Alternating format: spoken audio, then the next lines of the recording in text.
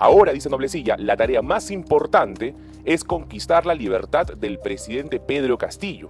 La justicia no puede seguir siendo rehén de la persecución y la arbitrariedad. Y ahí está el detalle, porque la izquierda no solamente va a querer conformarse con la liberación de Pedro Castillo. Después de Pedro Castillo va a venir Guillermo Bermejo. Después de Guillermo Bermejo van a venir por todos los diferentes presos que han tenido relación o afiliación terrorista. Y al final, ¿qué va a pasar con la justicia peruana? Ese es el problema. Reconciliemos al país y hagamos carreteras. Pero reconciliar al país no es darle la libertad a Pedro Castillo, por favor. Keiko Fujimori está ya dando algunas comparaciones con Pedro Castillo terrones. El sector salud es la cartera que tiene mayor inversión. Yo creo que ahí lo que hace falta es una mano que se encargue de gestionar correctamente los recursos y, por supuesto, barrer con la corrupción. Es situación bastante polarizante porque ya se han ido manifestando las posiciones políticas frente a lo que significa ese salvoconducto que se le ha otorgado alrededor de la medianoche, de acuerdo a lo que ha declarado el señor Carlos Spa, con la absoluta confidencialidad. Ella aparentemente ya está en suelos mexicanos, pero lo que importa aquí es la imagen internacional que va a tener el Perú en medio de esta circunstancia y sobre todo es que se está actuando con el respeto irrestricto al derecho, tanto internacional pero también nacional, porque se comentó en diferentes oportunidades las razones por las cuales Betsy Chávez debería estar en prisión. Y ciertamente estuvo sentenciada. Ella acudió a la Embajada de México, así como Nadine Heredia lo hizo con la Embajada de Brasil, y así como muchos políticos señalan persecución política. Pero lo importante en medio de todo esto es que se ha restablecido una relación diplomática con los estados mexicanos. Yo aquí quiero resaltar el papel que está haciendo Carlos Spa, porque claro, las críticas se le van a ir encima, está expuesto a todo ello. Sin embargo, el hecho que haya podido negociar correctamente para que se restablezcan las relaciones diplomáticas, otorgándole el salvoconducto a Betsy Chávez sin la obligación que se permita o se muevan las circunstancias para que Pedro Castillo salga en libertad. Porque el problema que existe con cierto sector de la izquierda es que nunca están satisfechos, siempre quieren más. Y de acuerdo a lo que, por ejemplo, publica Raúl Noblecilla en lo que es su red social X, pone: ha estado la señora Betsy Chávez 9 meses de una resistencia injustificada del Estado peruano para cumplir con el salvoconducto. Hoy Betsy Chávez ya está en México a salvo de la persecución política. O sea, esa narrativa que intentó implantar la izquierda podría llegar a confirmarse o a concretarse si es que esta persecución política es como la señalan los de izquierda. Ahora, dice Noblecilla, la tarea más importante es conquistar la libertad del presidente Pedro Castillo. La justicia no puede seguir siendo rehén de la persecución y la arbitrariedad. Y ahí está el detalle, porque la izquierda no solamente va a querer conformarse con la liberación de Pedro Castillo. Después de Pedro Castillo va a venir Guillermo Bermejo. Después de Guillermo Bermejo van a venir por todos los diferentes presos que han tenido relación o afiliación terrorista. Y al final, ¿qué va a pasar con la justicia peruana? Ese es el problema. Sin embargo, el hecho de que el señor Carlos Spa, actual canciller, haya tenido la astucia, la agilidad, el temple, la negociación para que solamente se conformen con el salvoconducto de Betsy Chávez, es tema también igual tema para evaluar. Pero en medio de todo, esto es lo que se va teniendo hasta el momento. La pregunta que nos deja a todos en vilo es: ¿cuál es la reacción de Keiko Fujimori? ¿Cuál va a ser el pronunciamiento oficial?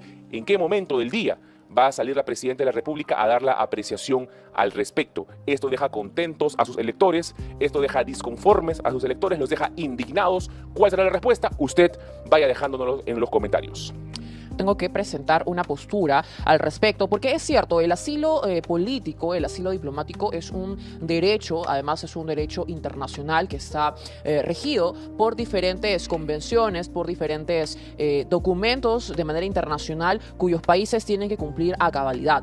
Sin embargo, acá hay un tema bastante interesante, ¿no? Que es el tema de la persecución política, porque tanto Raúl Noblecilla como otros representantes de la izquierda recalcitrante lo que quieren vender, tanto de manera nacional como de manera internacional, es que el presidente o el expresidente Pedro Castillo está secuestrado en Barbadillo y que Betsy Chávez también es víctima de un sistema opresor. Es decir, prácticamente lo que están diciendo es que todo lo que nosotros vivimos aquel 7 de diciembre del 2022 no fue tal cual lo vivimos, sino todo lo contrario. El golpe de Estado no lo cometió Pedro Castillo, sino se lo cometió el Estado peruano a Pedro Castillo. Que las cosas están invertidas. Entonces, Pedro Castillo no es el victimario, no es el perpetrador, no es aquella persona que leyó un discurso dando órdenes para que se disuelva el orden constitucional, sino todo lo contrario. Y yo digo, ¿en qué cabeza, en qué mente puede caber ello? Si todos nosotros fuimos testigos de aquel mensaje golpista, 7 de diciembre del 2022. Algunos inclusive catalogan esta situación como un autogolpe. Es decir, que el mismo Castillo se autosaboteó. Y bueno, nada más lejos de la verdad, porque en realidad quien se saca de Palacio de Gobierno es él mismo. Él, su ignorancia, su incapacidad, su incompetencia. No es el racismo, ni la discriminación, ni la obstrucción como nos quieren vender. Hay que tener las cosas y el panorama claro, ser objetivos. Esto no tiene nada que ver con ideología.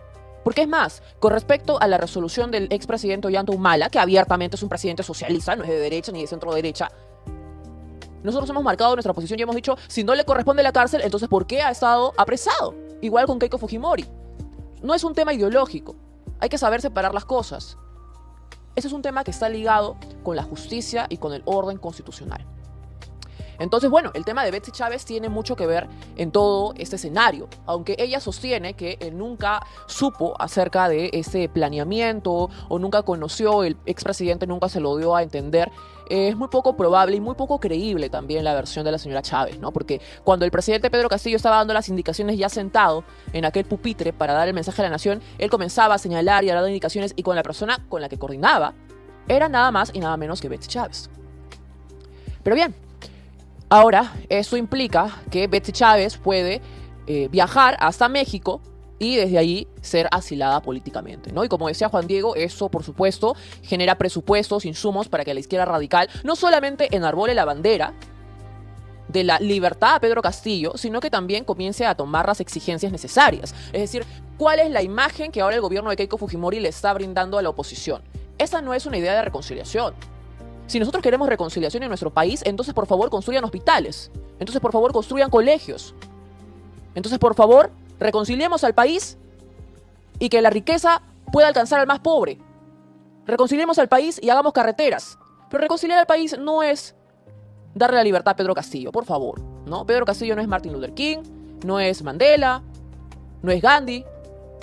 Pedro Castillo es un expresidente que dio un golpe de Estado. Y por lo tanto, la justicia tiene que aplicarse a él y al séquito que lo rodeó para que eso se pueda perpetrar.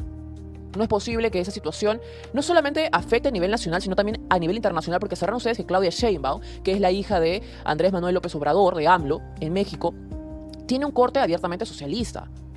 Es uno de los últimos bastiones del socialismo del siglo XXI en América Latina, junto con Lula. Y ella se ha manifestado abiertamente esa situación en reiteradas oportunidades. Eso no hay que olvidarlo.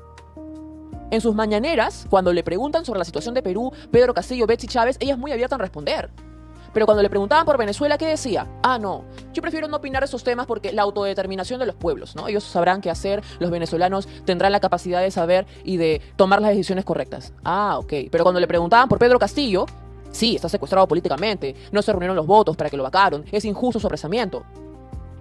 Entonces, tampoco es que nosotros, como Perú, como país, seamos los perpetradores o los culpables. Es decir, yo de lo que soy en contra es que tengamos que agachar la cabeza ante un país socialista como México solamente con el fin de reconstruir relaciones bilaterales. Eso no me parece porque hay una carga ideológica y sobre todo hay una carga de identidad de por medio que me parece preocupante. Lo que debo resaltar, como tú lo has mencionado, Juan Diego, es la capacidad de Carlos Spa de haber manejado la situación con mucha discrecionalidad, porque claro, si eso se sabía horas antes, semanas antes, se hubiese creado todo un ecosistema bastante insistente, bastante fuerte, latente, que probablemente hubiese desencadenado en otras cosas, ¿no? Sin embargo, yo sí presento mi escepticismo con respecto a esta situación y considero que no es la mejor para el país, mucho menos iniciando el gobierno de Keiko Fujimori, que todavía no es un gobierno consolidado. Es decir, vemos las obras, los gestos, perdón, las obras no, los gestos, las actividades, el planeamiento que está postulando Keiko Fujimori para el país, pero todavía no vemos los resultados. Porque claro, yo lo he dicho, los resultados no siempre son a corto plazo. No es que uno entra un día y al día siguiente ya tiene los resultados. Habrá que esperar. Pero bueno, habrá que darle tiempo al tiempo y ver si es que esta situación termina siendo de beneplácito para nuestro país y también para el gobierno de Keiko Fujimori.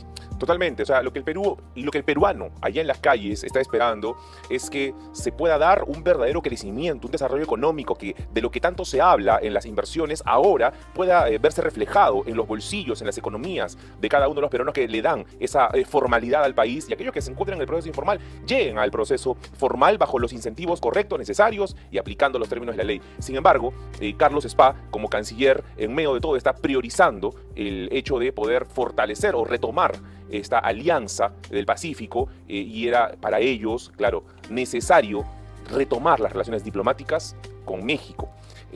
Lo que señala Juan Cheput, ministro de Trabajo, de manera muy concreta, sencilla, dice, es una decisión de Estado.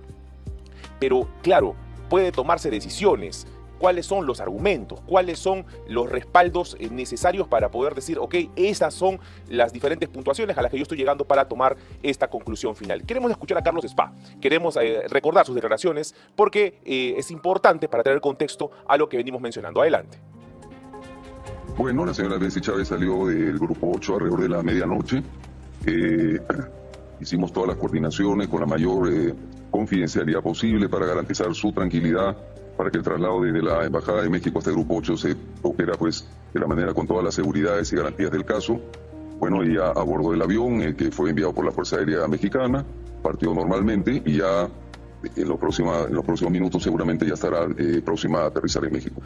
En el Perú, como yo siempre digo, hay libertad de expresión, hay libertad de opinión, hay libertad de información y por supuesto que hay gente que podría pensar eso, pero nosotros el gobierno es lo que estamos sosteniendo es que somos un gobierno institucional, un gobierno de leyes, un gobierno de imperio de la ley, no solamente a nivel local, sino a nivel internacional.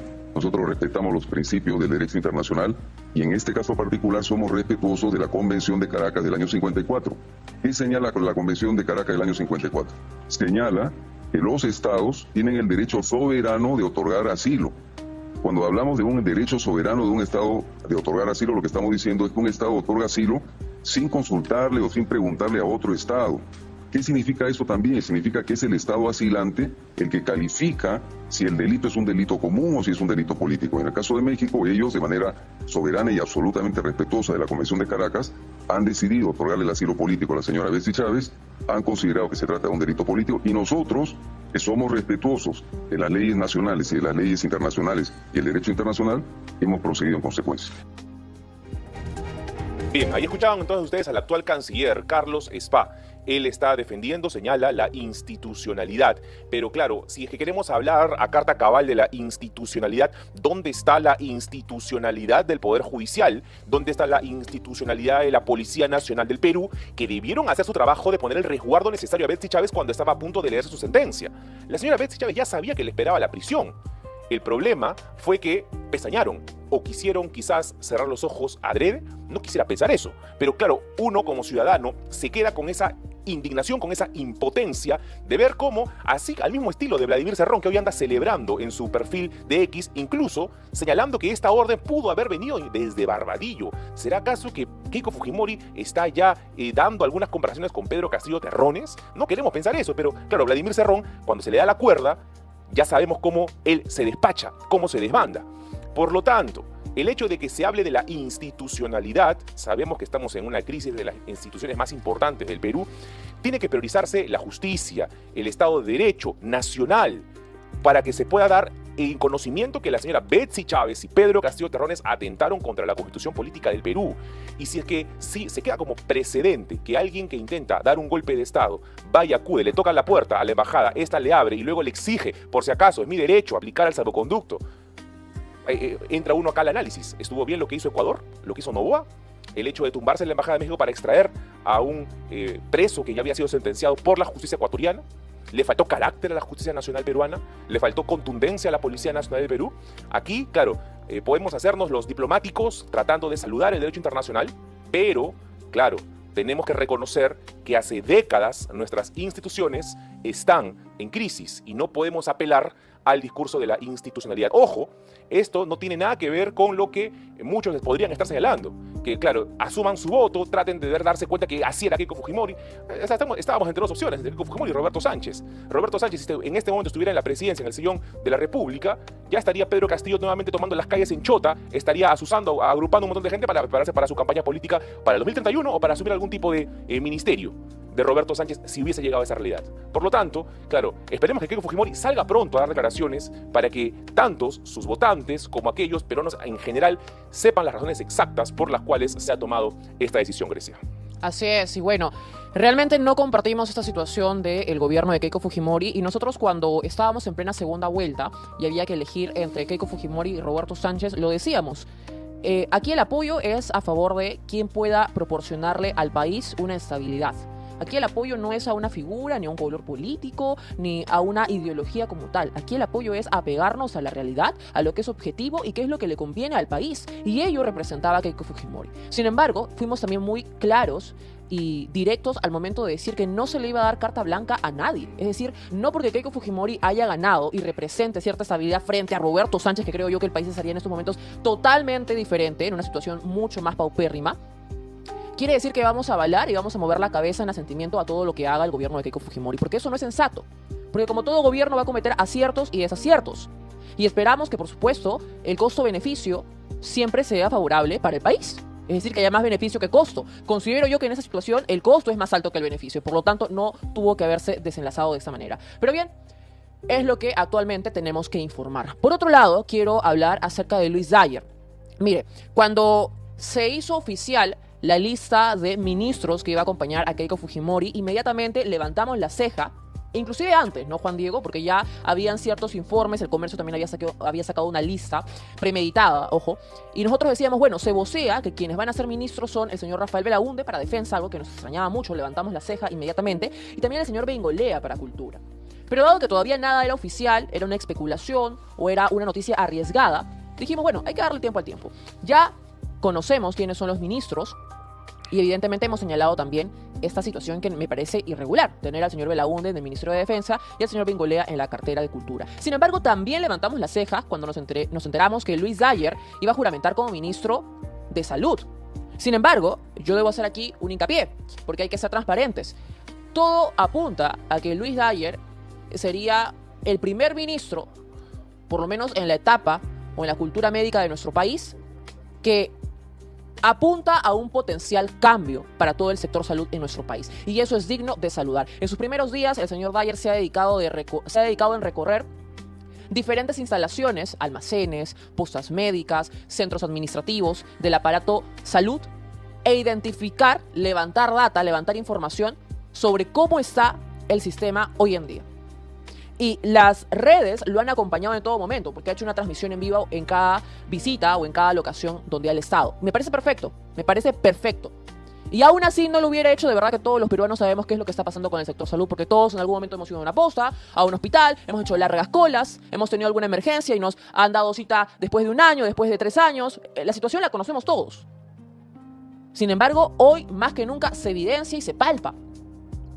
Medicamento almacenado, vencido, medicamento cuyas compras han sido excesivas, medicamentos que están hongueados, gente que tiene que estar en su oficina y la oficina está vacía. Oye, pero si el teletrabajo es miércoles y jueves y hoy es martes. No, es que pidió descanso médico. Bueno, ya ustedes se imaginan cómo está el aparato de salud, ¿verdad?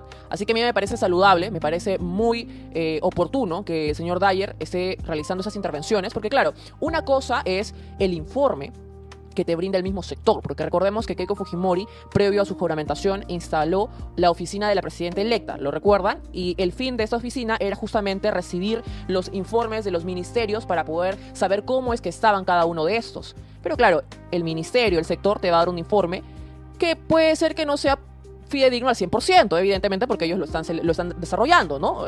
Van a ser juez y parte a la misma vez. Y otra cosa es, ya cuando tú llegas al ministerio, como ministro, como jefe, como encargado, y comienzas a realizar tu trabajo, ¿no? Entonces yo debo saludar estos primeros pasos de Luis Dyer. Espero y avisoro que tenga un desarrollo óptimo, es decir, no solamente lo estemos viendo en esa etapa, porque entiendo que es una primera etapa, sino que ahora comencemos a ver la implementación. Y una de las implementaciones que él ha mencionado son más urgentes, es el tema de la tecnología. Por ejemplo, veíamos almacenes de archivos y archivos y archivos. Y eso no solamente pasa en el sector salud. Yo he trabajado en la Corte Superior de Justicia de Lima y me he encontrado con archivos, con casos de 1895, de 1921, de 1953. ¿Qué hace esto acá, Dios mío? Bueno, así está nuestro sistema público. Hace falta digitalización, por supuesto. Hace falta inversión. El sector salud es la cartera que tiene mayor inversión. Yo creo que ahí lo que hace falta es una mano que se encargue de gestionar correctamente los recursos. Y por supuesto, barrer con la corrupción. Porque se sabe, y se sabe muy bien, que dentro de ese sector hay hordas de corrupción. Y es necesario limpiar todo eso, sacar toda la mugre, limpiar, extirpar todo el cáncer para que el sector pueda trabajar de manera saludable. Dicho sea de paso, del sector y la cartera de salud. Sí, efectivamente, o sea, yo creo que es un ministro atípico, ¿no? Es un ministro que rompe el esquema tradicional que se ha venido manteniendo. Cuando asume el señor Pedro Castillo, los ministros de salud eran estrictamente perulibristas. Cuando llega Dina Boluarte pasaron a ser apepistas. Y uno, claro, tiene ya en la cabeza el chip de que el ministro de salud tiene que ser oficialmente médico. Claro, y sería lo más dable. Pero ¿cuáles son los médicos que han venido dando la talla en relación a lo que significa esta importante cartera? ¿No es acaso, por ejemplo, el exministro César Vázquez, que fue este famoso escándalo por los sueros adulterados en su propia gestión y que hizo muchas veces como si nada pasara? ¿A ese estado queremos justamente mantener nuestro país? ¿En ese estado? Si es que nosotros queremos ver un cambio, debemos romper paradigmas. Y aquí nadie está avalando lo que pueda ser o no, como lo ha señalado Grecia, una carta blanca, no solo a Keiko, sino también a Dyer. O sea, no es una carta blanca a Luis Dyer, ministro de Salud. Sabemos que es un gestor, como lo ha hecho históricamente, prácticamente la ha hecho ganar a Keiko Fujimori la presidencia por el trabajo que hizo capacitando personeros a nivel nacional e internacional. Pero lo que importa aquí es que se destraben todos los proyectos que están en materia de salud y además que se pueda romper todo lo malo que se ha hecho hasta el momento. Estábamos observando igualmente estas visitas inopinadas que hace, encontrando información almacenadas en CDs, en discos compactos. Esos discos que por supuesto corren el riesgo de rayarse, de empolvarse fácilmente, a lo que hace una pregunta sencilla de Lucho Dyer y dice: ¿por qué no los guardan en memorias externas? Hoy estamos ya en la era de la información, de la inteligencia artificial, de la Big Data. ¿Qué hacen guardando en almacenes, papeles tras papeles, CD tras CD? Solamente faltaban que encuentren disquetes en la gestión o en las visitas inopinadas que estaba haciendo Lucho Dyer. Aquellos que, por supuesto, tienen más de 30 años me van a entender, ¿no? Los disquetes, no sé si Grecia, tú conociste los disquetes, esos cuadraditos chiquitos que se insertaban en el CPU antiguo, antes que existan las Pentium 1, la Pentium 2. Esas eran las diferentes estrategias que hacían para guardar información. Pero bueno, lo que esperamos ahora de Lucho Dyer es que tenga efectividad en su gestión, que pueda igualmente responder a la prensa. Él vino aquí en 2 oportunidades cuando se encontraba como jefe de personeros, así que igualmente reiteramos la invitación para que pueda dar claridad en relación a las gestiones que viene tomando, las decisiones que se vienen ejecutando desde el Ministerio de Salud. Si no queremos ver lo mismo, tenemos que atrevernos a ver gestiones diferentes. Y claro, aquí se está resaltando un aspecto clave, que es la búsqueda de agilidad, la simplificación de procesos en la gestión pública. Y en medio de lo que es la experiencia empresarial de Luis Dyer, le da esa frescura y pone allí en jaque a todos aquellos funcionarios que están en el Ministerio de Salud o están en el sector salud décadas ya asegurados, creyendo de que son intocables, y puede que por la ley lo sean administrativamente, pero la pregunta es: ¿han estado ejerciendo ese encargo público de la manera más loable y digna posible, o han estado simplemente esperando el fin de mes para tratar de incrementar la canasta familiar? No, el servicio de salud es delicado porque en ese servicio dependen los 35 millones de peruanos que por supuesto estamos presentes y dependemos de un sistema de salud.